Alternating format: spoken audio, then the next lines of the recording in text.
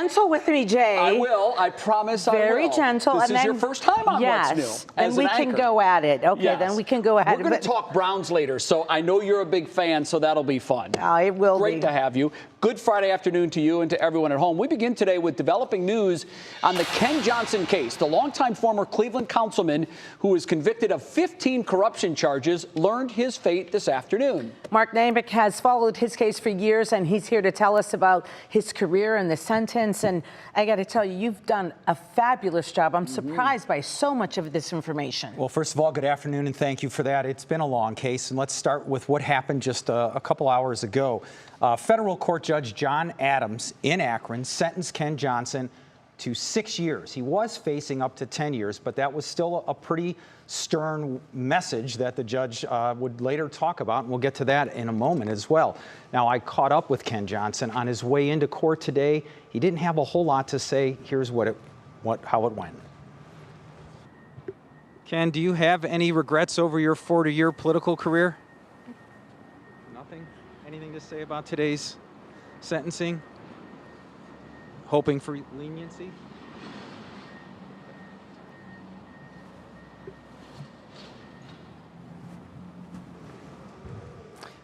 So let's remember that he was convicted in July on 15 corruption-related accounts for 3 schemes, and they broke down this way. He submitted false expense reports to City Council, gave him $1,200 a month that the prosecutor said he never incurred.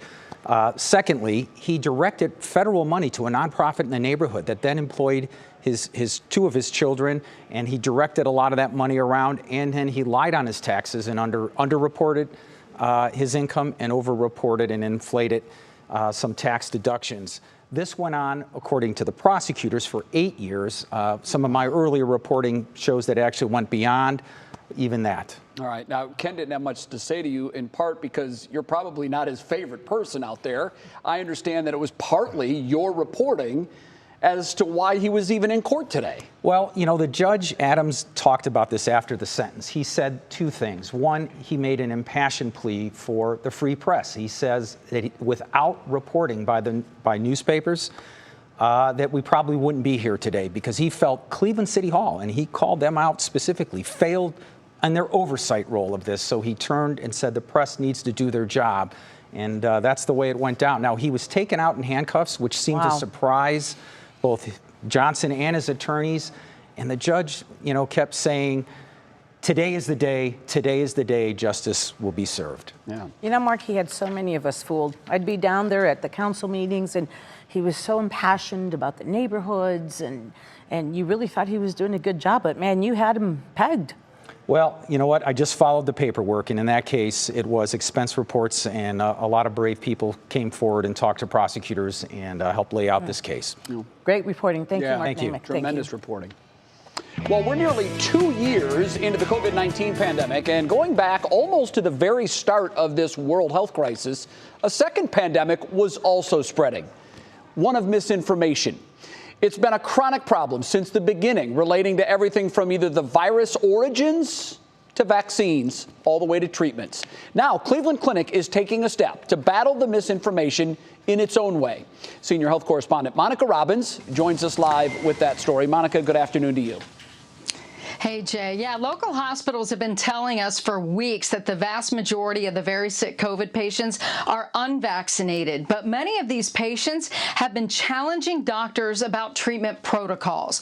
Cleveland Clinic put together a pamphlet that will be given to every COVID patient and family about the types of treatments that they use and why. It explains how the clinic evaluates every type of treatment available based on proper scientific research. It also addresses what treatments, such as ivermectin and hydroxychloroquine, are not used based on studies that show they weren't effective.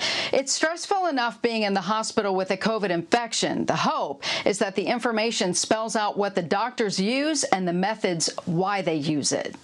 There's things that have been done in a good scientific way that have really stood the test of scientific rigor. And then those are things that we can really safely say that are good for our patients, right? Now, there's other things, and ivermectin is a great example, that there is very flawed data out there. Like, that's data that does not really make a lot of sense when you look at it scientifically. So there are two types of misleading content all over the internet. Misinformation is false information shared by people who do not intend to mislead others, and disinformation is false information deliberately created and disseminated with malicious intent. And Jay, both types have been all over the internet. We've seen this countless times. We certainly have. Monica, some big news may be coming in the next couple of weeks in regards to vaccines. What can people expect to hear in the future on that? Yeah, the Pfizer-BioNTech Emergency Use Authorization, or EUA, for the vaccine kids 5 to 11, that is scheduled to be discussed by the FDA Advisory Panel on October 26th. And depending how fast they and the CDC move, a decision could come by Halloween. Now, as for boosters, oh, and by the way, the vaccine could potentially be available by November. Now, let's talk about those booster shots. A lot may be happening in the next week because the FDA is going to meet next Thursday to discuss Moderna's booster, and then the following day they are scheduled to discuss the Johnson & Johnson booster. Again, depending how fast they and the CDC move, boosters for those shots could potentially be available the following week, and I'm sure that's something that a lot of people are looking forward to hearing. They absolutely are. Monica Robbins live tonight. Monica, great information. Thank you. All right, Jay, let's talk some holiday travel. If you're traveling or you're going to travel, you might want to think fast about acting now for the holidays. Americans want to travel like it's 2019 again, but that's not happening. Bookings for Thanksgiving are 35% higher than the same time before the pandemic. And December is ramping up to be a big month, too. This is Dr. Fauci encouraging some families to, hey, let's get together. I will be spending Christmas with my family. I encourage people, particularly the vaccinated people who are protected, to have a good, normal Christmas with your family. So if you're considering traveling, experts say prices are going up a bit. It's going to be really scary after Halloween. Hopper predicts prices will jump 40%, with the average price landing at $400. Wow. Wait until the last minute and you can pay another 25% on top of that. I'm shocked by that. 35% more people will be traveling this Thanksgiving than even before the pandemic. So what happens to like the tickets during the pandemic? I have 2 outstanding tickets. What do I do with them? Yeah, that's Am I going to be able to use them? I don't know. Yeah, it depends on the airlines. Check with whoever holds the ticket as to whether or not There you go. That's still good. All right, it's National Pierogi Day. Yay! I love them. And here's a fun fact for you. Mike Polk Jr. isn't a fan of them. Will Betsy Kling change his mind? Plus, where you can find some pierogi fun this weekend.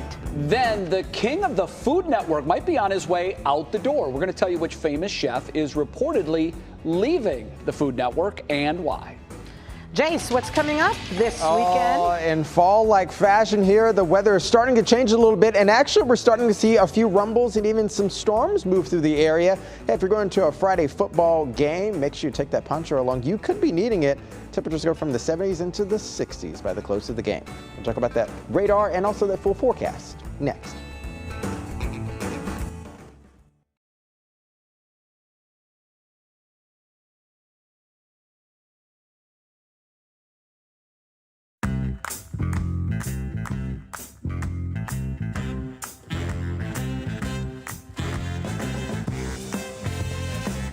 I sure can. Can you hear me? All right. Sound it.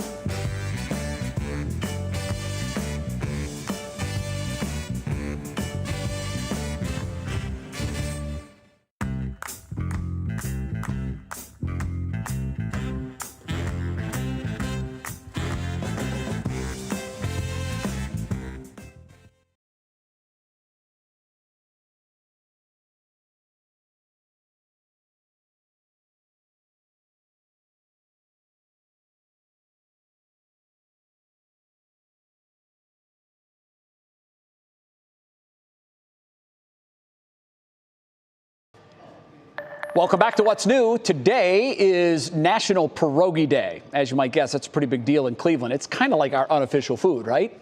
And what better way to celebrate than to learn more about these little pillows of love? So we sent Betsy and Mike Polk Jr. out to Parma for some shenanigans.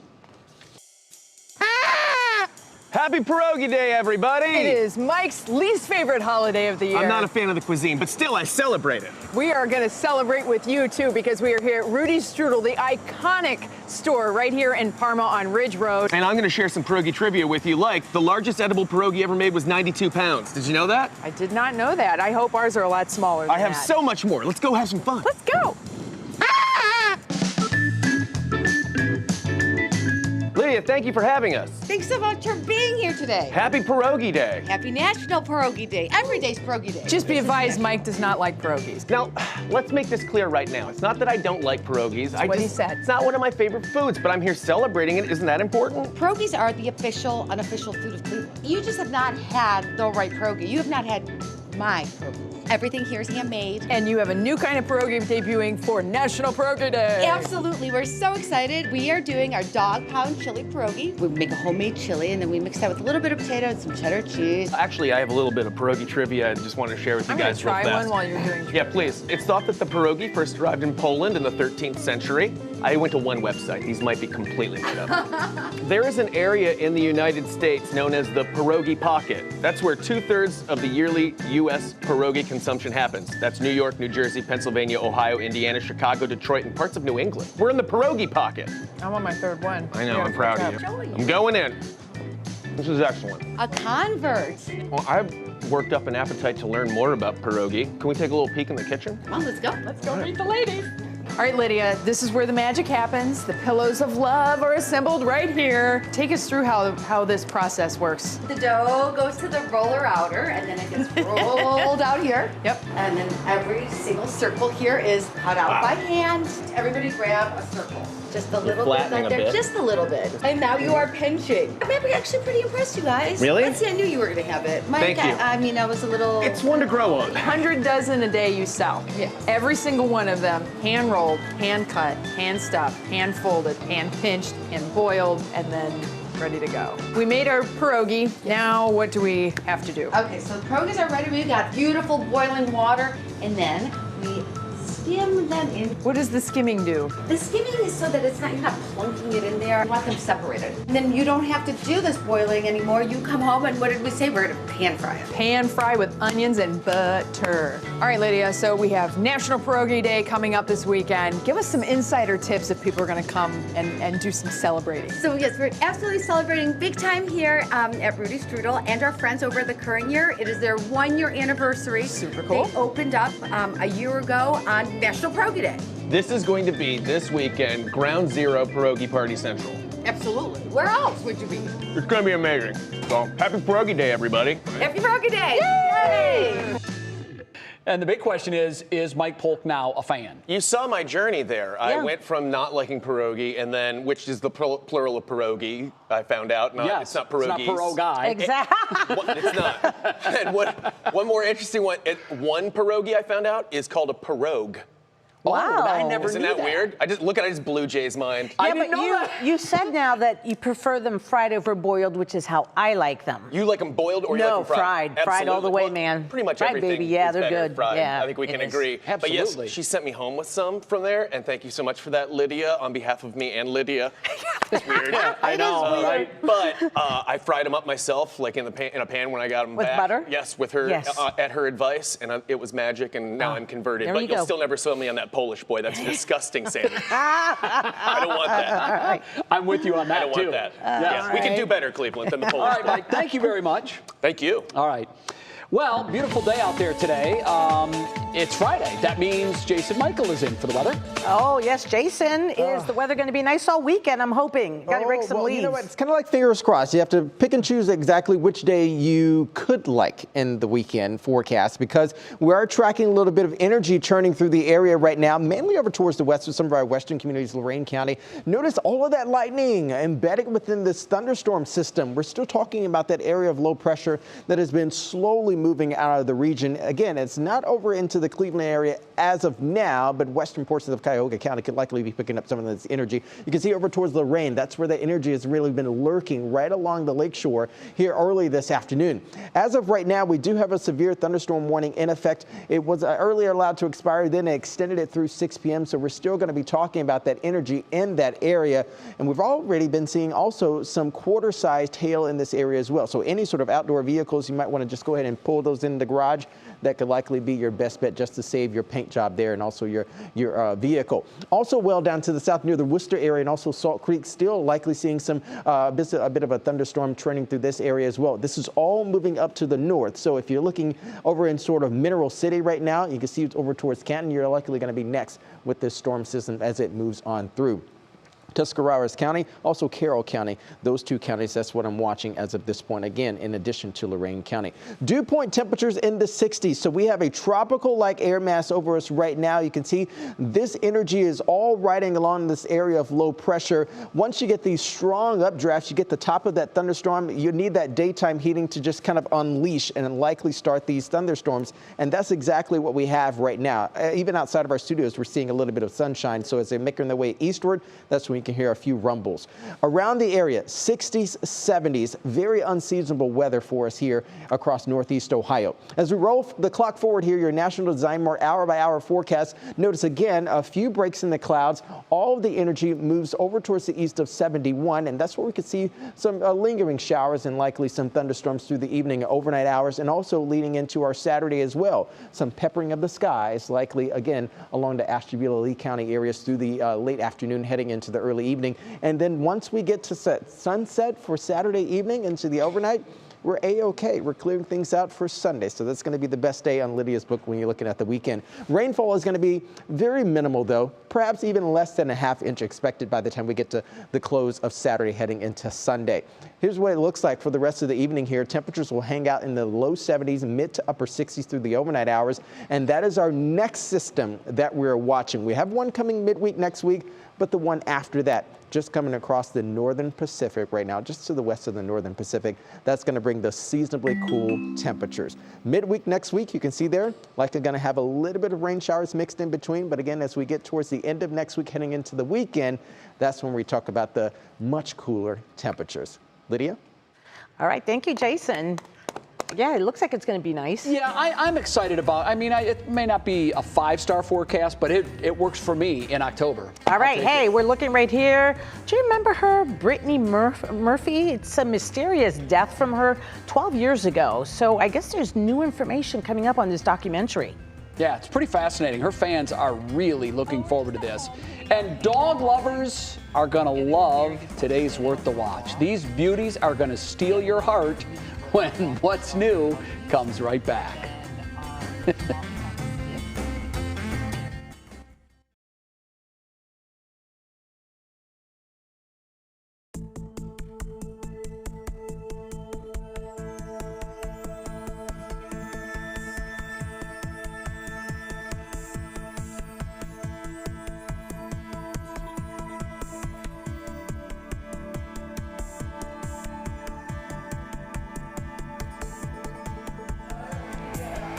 Yeah, I do.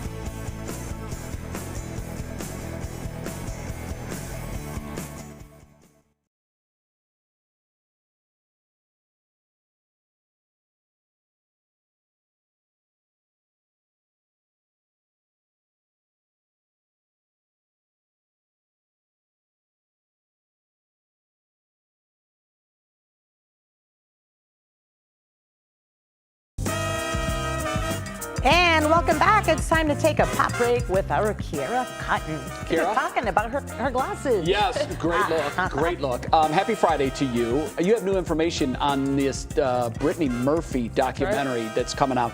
Her death, more than a decade later, still mystifies her fans. Yeah, it's crazy. It's hard to believe, Jay and Lydia, that it's even been 12 years since she passed away in 2009. But a new two-part documentary from HBO Max is set to explore the actress's untimely death. Through new footage and interviews with those closest to Brittany, the documentary goes behind the rumors and examines Hollywood's impact on her struggles, as well as concerns about her relationship with husband Simon Monjack. Brittany Murphy's death at 32 years old was ruled accidental and caused by a combination of pneumonia, an iron deficiency, and multiple drug intoxication. What Happened, Brittany Murphy will premiere on HBO Max October 14th.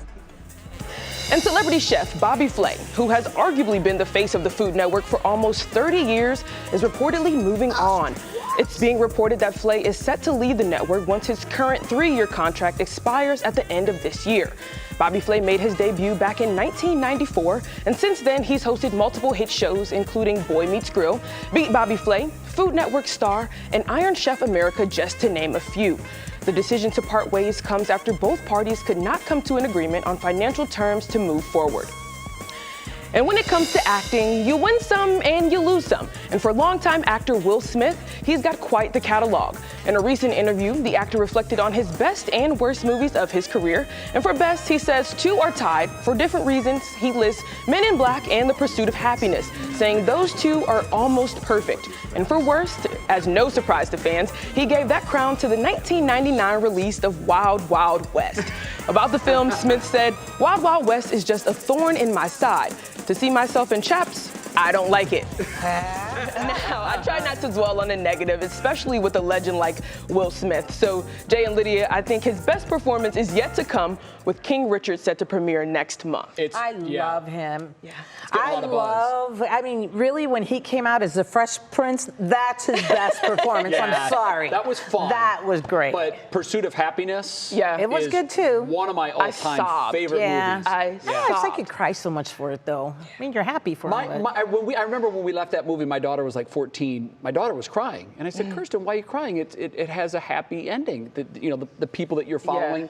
It was, and she said, "Not for all the people that were standing outside of that shelter that couldn't get in." It puts a lot in perspective. Yeah, it does. It really does. It was a good movie. If you watched it and you enjoyed it, I know it's been some time, watch it again. Yeah. It is a good movie. I'm dead inside, so I didn't cry, but it was a good movie. But I'm dead inside. Key, have a great weekend. You too. I'm dead inside.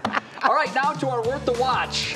You've probably seen more than one video on TikTok with dog owners pretending that they're talking on the phone. And what they do, Lydia, is they use their dog's favorite words. The words that really get reactions out of their dogs. And this video is one of my favorites. Take a look. Oh, we're just at home hanging out with Hazel and Motley. Oh, look at them. Yeah, they were very good pups today. They went for a walk. Yeah, the walk was really good. On the walk, we saw a few puppies. But then Motley found a stick. And a ball. They're so and then cute. he took the ball and he went to the park. And then after the park, we went to the dog park. And that's where we threw the ball. And then we jumped in the pool and we went swimming. Yeah, they did so good.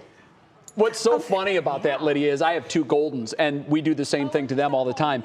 But when you use your dog's keywords, it's usually one at a time. Yeah, it is. And they know exactly what you're talking about. If it's walk, they run to the door and they turn around and wait for you. But when you're using all of them at once, it's just precious to look at them. It's like excitement overload. They don't know what to react to. I love, I'm crazy about my own dog. I think she's perfect. We all do. They are man's best friend. Yeah, they are. And woman. And there you woman. Go. Okay, there. You're absolutely right. I'm finding my mojo here, Jay. All Very right. good. There you Very go. good. Okay, ahead in our next half hour of what's new. The Browns have a real test Sunday when they travel to Los Angeles. I've got a list of 3 things they must do to come home 4-1. And the mom of the young woman in the Urban Meyer viral video is speaking out. We'll tell you what she is saying after her daughter went viral for the wrong reason. Then in Clicking in Cleveland, Stephanie Haney has a great message for young girls. I just love this story. It's all about empowering them to dream big. You don't want to miss that. If you got a young girl in your life, let her know it's coming up. What's News coming right back.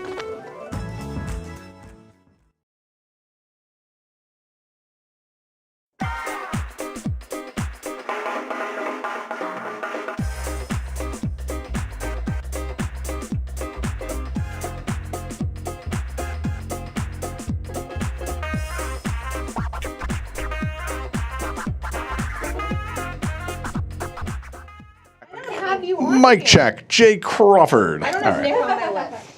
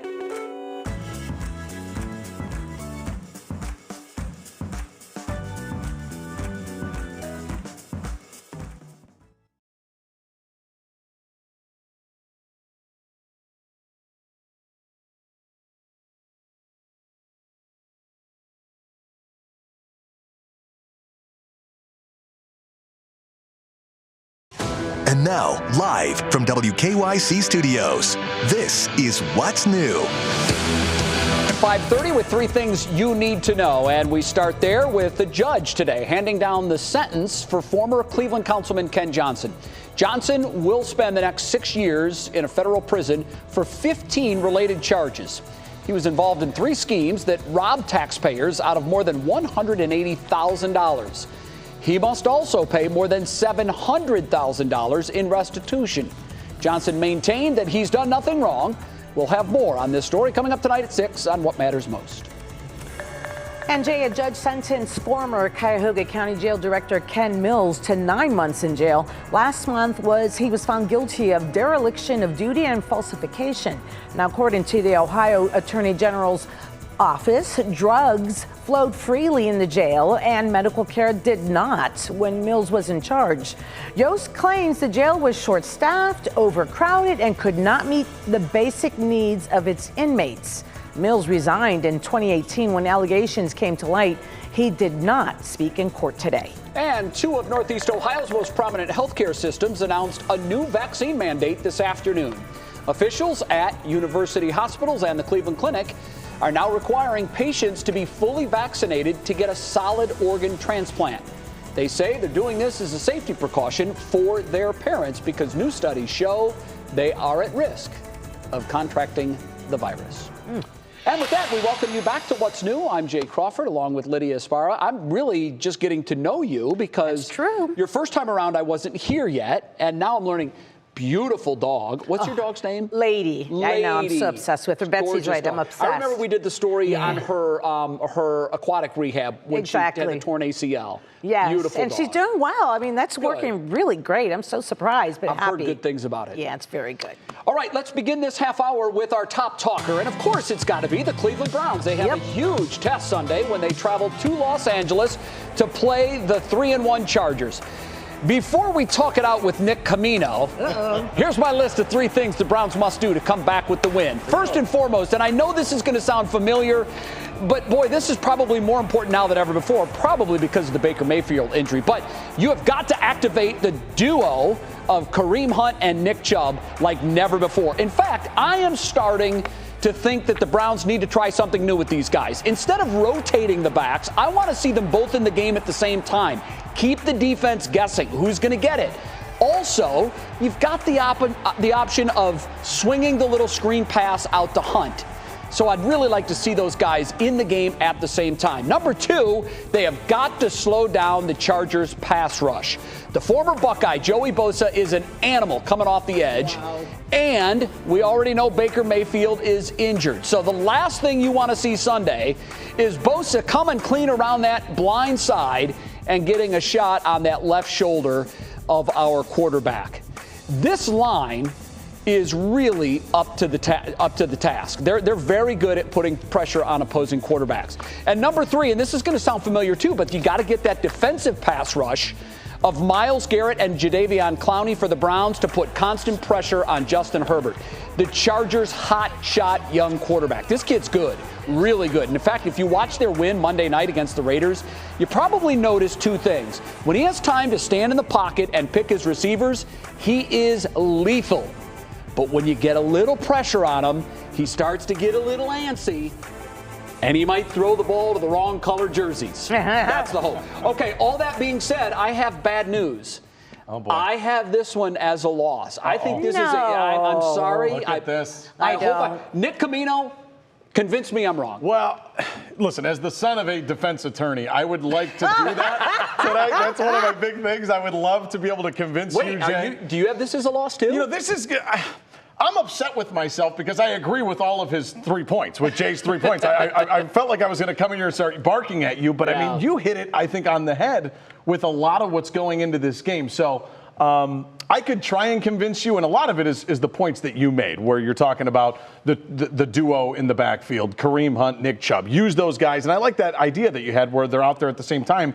We actually saw that a little bit. We've seen it a time or two. I want to see it for the whole game. You guys are missing the whole point. Okay, here we go. We have an excellent defense. Oh, my God, one of the best. Defense won the game last week. I agree with you on that. And if the defense protects Baker Mayfield, it's game over. Well, okay. Also, one thing about the defense, we were talking about Joe Woods' job. Remember, we were talking about Joe Woods and what's going to happen with the Browns' defensive coordinator. They gave up 7 points last week, only 6 points the week before. Yeah.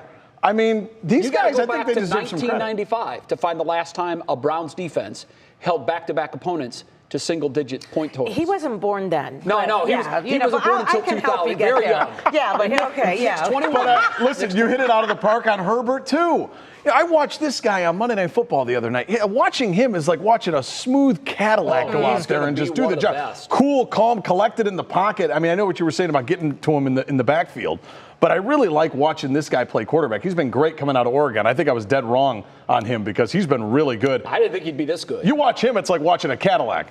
When you watch Baker, I feel like I'm in an off-roading Jeep when he's playing quarterback. I'm like, wait a minute, you know what I mean? With a bum wheel. This guy is smooth. Baker a little rough, and I'm nervous about the shoulder. Jay, I'm not saying throw Keenum in there, but I'm I'm going to step in here. We're going to end it because they're saying rap, but I picked them to win. Who's saying rap? Who said rap? Well, the producer is saying rap. Okay, Allison, we got losses. So we're going on. Lydia says win. I say run win. the ball. How about that? All right, here we go. All right, thanks, Nick. You got it. And we have new details surrounding the Urban Meyer controversy. The mother of the woman in this video talked to USA Today saying she's worried about her daughter's well-being. She says the 24-year-old can't go anywhere and that's ruining her life. The woman's employer is conducting an internal investigation into the incident. When asked why, her employer said it's done work with Meyer and an Ohio restaurateur in the past. They are looking to see if this incident will have any impact on the business. As of now, there's no knowledge that the two ever knew each other. Yeah, there's no knowledge of it, nothing that we know for sure, but there's a lot of rumors going around, and I'm not going to repeat them. They're out there on the internet. You can certainly see them. Well, he apologized, though, for it. He did. Which it should have. And, you know, regarding the girls' situation, you know, we all talk about these stories all the time in the newsroom. However, when you're young, you really have to watch what you put on social media. And you have to always assume when you're with a superstar that you're going to be on social media. And that's the lesson I think that has to be learned. Here's the thing. She didn't post that, but when she was with him. When you're, and she wasn't even, she was in the same restaurant as Urban, and she was getting awfully cozy with Urban. But you have to understand, Urban Meyer's status in Columbus. It's huge. If you haven't been there, you probably can't even imagine it. He is rock star status #1. And you have to understand that wherever this guy goes, there are cell phones pointed his way, and they're rolling. And it's a tough lesson to learn. I certainly hope everybody comes out of this okay. Me too. We wish him luck. All right. Then how much would you be willing to quit social media for? Free? I would do it for free. Yeah, we'll tell you how much cash you could get if you temporarily give it up. Then it's time for Ready, Set, Snack. This week, a local restaurant owner is showing us how to take our tailgating nacho game to the next level. Oh, Lydia, they are so good. And Jason Michael is here today. Jason, how's the weather looking? Well, it wants to be a little bit active out there this afternoon heading into the evening. Jay, notice this cluster of storms now still moving through portions of Carroll County and also down to the South Tuscarawas County and also Lorain. We'll talk about how long it's going to last and what the major threats are right now coming up.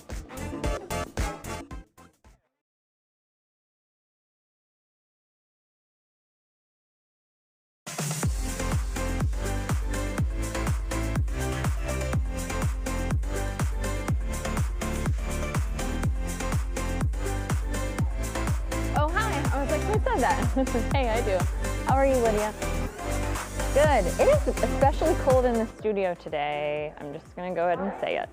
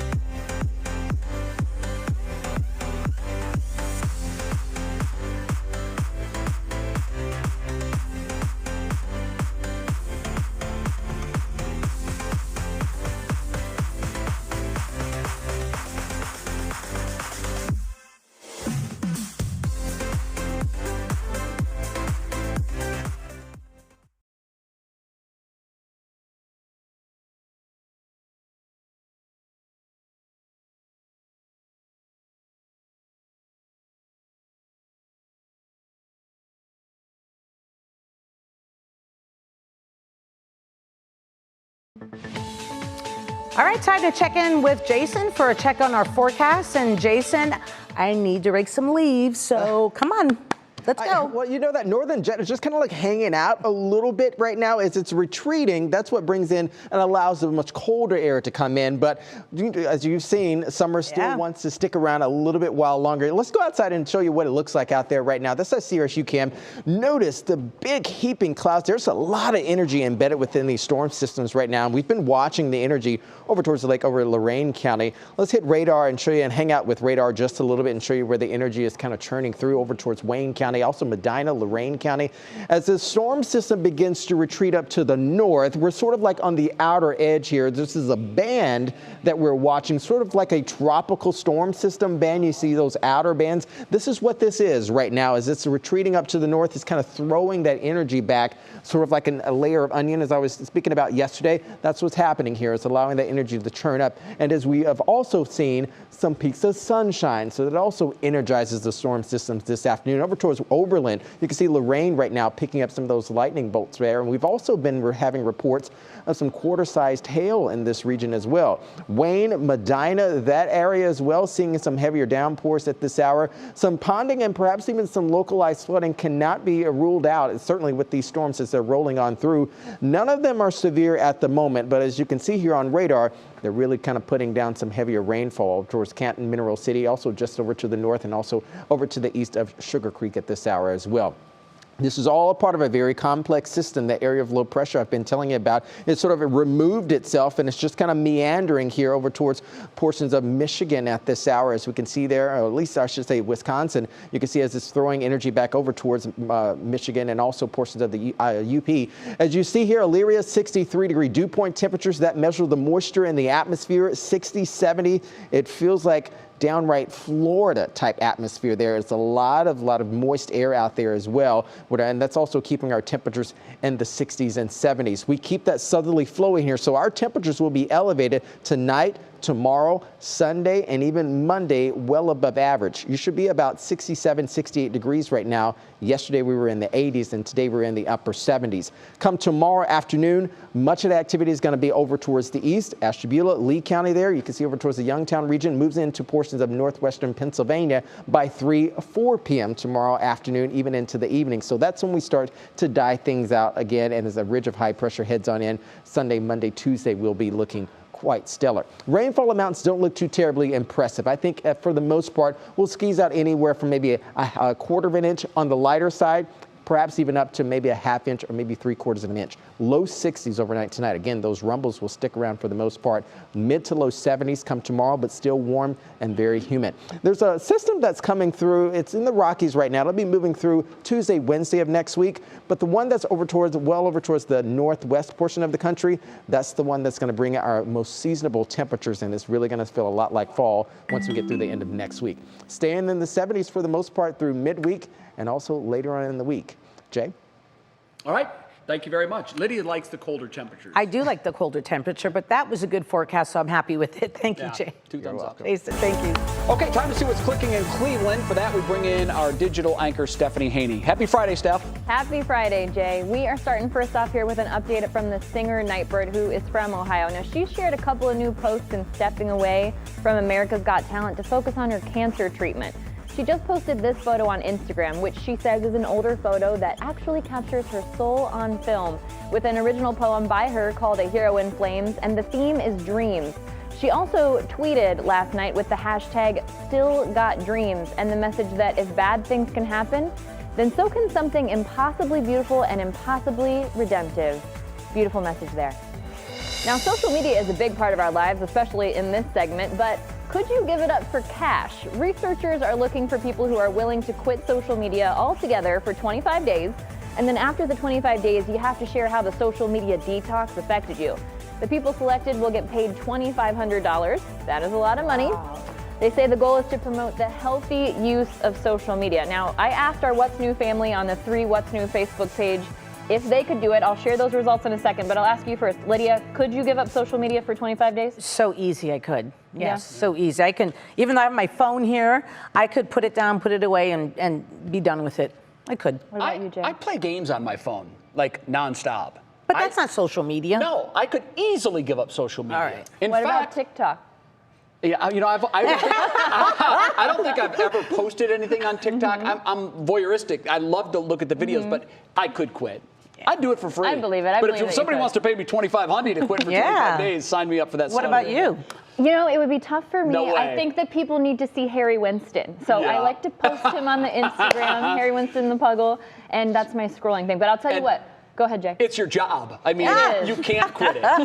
There are some good things that social media gives us. And man, I'm telling you, I saw this post from Stephanie a couple of days ago, and it really struck a chord with me. Very positive message. Tell everyone what I'm talking about. Sure. Jay, thank you so much. Okay, I found this campaign on Instagram. It's started by Inspiring Girls International. This is leading up to International Day of the Girl. It's coming up on Monday. The idea is to share a message with a post to your younger self, and it's a photo of your younger self, to inspire girls who are at that age right now. So lots of people have been participating using the hashtag #ThisLittleGirlIsMe, and one that caught my eye particularly was from former CNN anchor Brooke Baldwin. She posted a photo in 3rd grade of herself after a talent show. I love her. Her message was to keep being bold and keep creating, even when it feels like you're not good at it, so I got in on it. This is what Jay had saw. She inspired me to share my own, and I shared a photo of me right after 5th grade graduation. That's me in the red and white. I gave a speech that I wanted to be the first woman president, which we know obviously didn't happen, yet, right? Hey, hold on, there's still time. There is still time. But my message to that little girl was it's okay to say those big dreams out loud, even if it makes other people uncomfortable. And then it's also okay for your dreams to change. And I'll say this, I know that this is meant for the younger girls, but this hashtag is so great. I was inspired reading it. I really recommend people to check it out. I loved it. Thank you for sharing. And there's still time. There's still time. Thanks, Stephanie. You've got my vote. Next on What's New, I promise these nachos are as good as they look. We're going to show you how to make them for your tailgate party. That's next in Ready, Set, Snack. Then our Show Us Something Good takes us to Washington, D.C., where female veterans got to be part of something really special. Stay with us.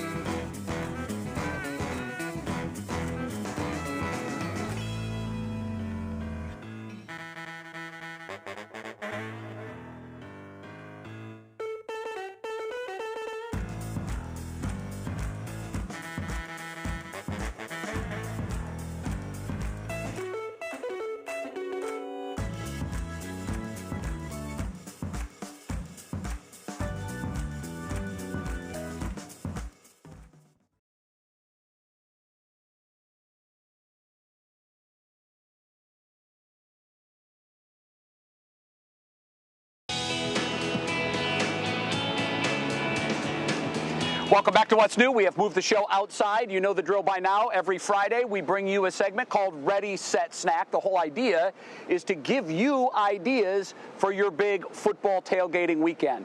I love this week. It's going to be very good. I want to welcome Gabe Zeller right now. He is from Avo Modern Mexican. They're located on West 25th in Cleveland. And you're going to be making pulled pork nachos. You had me at pulled. I'm in all the way. So tell us what you have and how you do it. All right, so these are our homemade lime salted chips. Okay. We have fresh sliced jalapenos, green onions, our fresh corn salsa, our slow cooked carnitas, and our queso blanco with our barbecue bourbon topping. Oh, wonderful. Okay, we're ready to go. So dig in and tell us what we need to do. So we start, you just want to smother your nachos with as much cheese as you normally would like. There's probably never too much cheese that you can put on there. Yeah, depending on how many people you're serving. That's true. You just want to make sure that they've got a nice covering. Yes. All right, very good. And then you take your carnitas meat. We slow cook ours for 6 hours in the oven with grapefruit, chipotle peppers, orange juice. Oh, wow. Lime juice, onions. So you're adding all kinds of flavor to this. Yeah. This isn't just your average pulled pork. And a little bit of organic cola. Really? Yes, just to add a touch of sweetness. Okay. So we're gonna heat up the pulled pork, get it nice and crispy. And how long do you recommend? Usually about 60 to 90 seconds. It'll heat up pretty quick. Sort of flip it around a little bit. Yeah. And your nachos are really just ready. Then you're just adding the pork, right? Yes. Boy, it smells delicious. And this is easy to do. You can do this at any tailgate as long as you have a hot cooking surface. Yeah, I just brought a small hot plate that we had at the restaurant. All your ingredients are cold. We're gonna go ahead and add our corn salsa. Very nice. Fresh jalapenos, which add a nice bite to it. Green onions for a little flavor. You can really add the things that you like. You know? I mean, this is just your version of it, but it looks delicious. And then our barbecue bourbon glaze on top. Now, is this what you make at the restaurant? Yes. All right. So I'm going to dig in and give it a shot.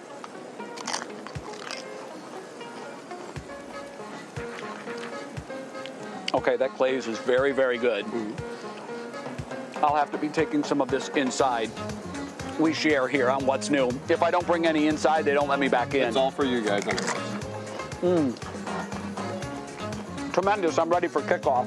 Gabe, thank you very much. Avo Modern Mexican. Don't talk with your mouth full. Check it out. It's on 25th in Cleveland, West 25th in Cleveland. Yes. Gabe, thanks. Thank you, Jay. My stomach's growling. How sad. Still ahead on What's New. This was a first of its kind in all-female honor flights. The incredible experience 93 female veterans had just ahead. Stay with us. And as we told you in the first half hour, today is National Pierogi Day. Our pop quiz question: how tall was the largest pierogi statue? 25 feet, 36 feet, 42 feet. Think about it. We'll tell you the answer when we come back.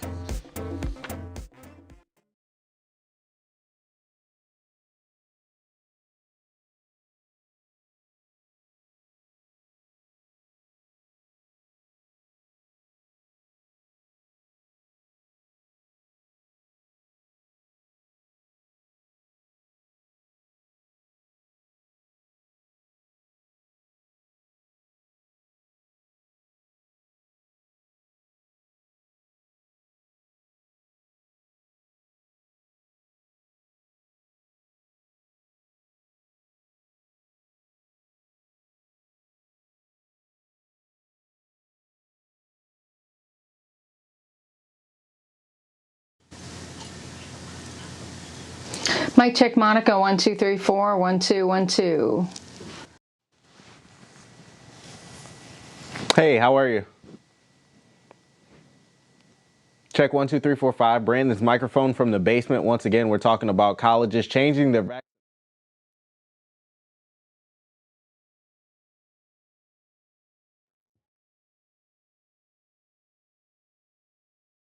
I'm here. Yeah, federal court judge John Adams sentenced him to 6 years in prison. Thank you.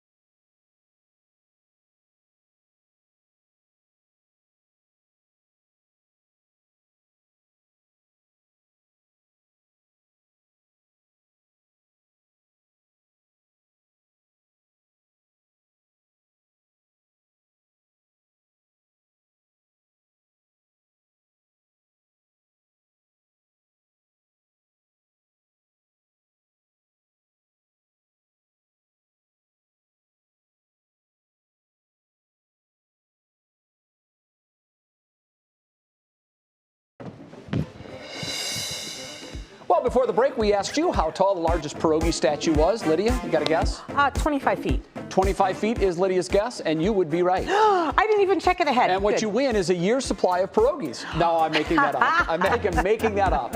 It actually was 25 feet. It weighed 6,000 pounds. It was made in Canada. Wow. That's, as Rob said here, that's 25 feet too tall. Yeah, I know. But pierogies are so good. They are good. It's time for our Show Us Something Good. 93 female veterans were honored for their services. They should be. And it was for a flight to Washington, D.C. This is the first trip of its kind in the state of Illinois. The female veterans who took part are ages 60 to 104 and served in wars from World War II through Vietnam. The trip was arranged by Operation Her Story. The group went to Arlington National Cemetery and toured several of the national monuments before arriving back to Chicago. Organizers say they're planning to make more trips like this in other states. So well deserved. I believe you're right. That's a really cool story and an excellent group.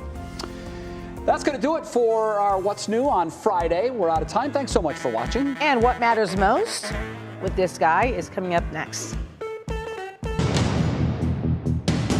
Sentencing day. A former Cleveland City Councilman has his day in court again, this time to learn his fate on corruption charges. Mark Namick breaks down what happened and the harsh words the judge had in this case. Speaking out. Right now, I'm just continuing to work and do what I do. A day after his last State of the City address,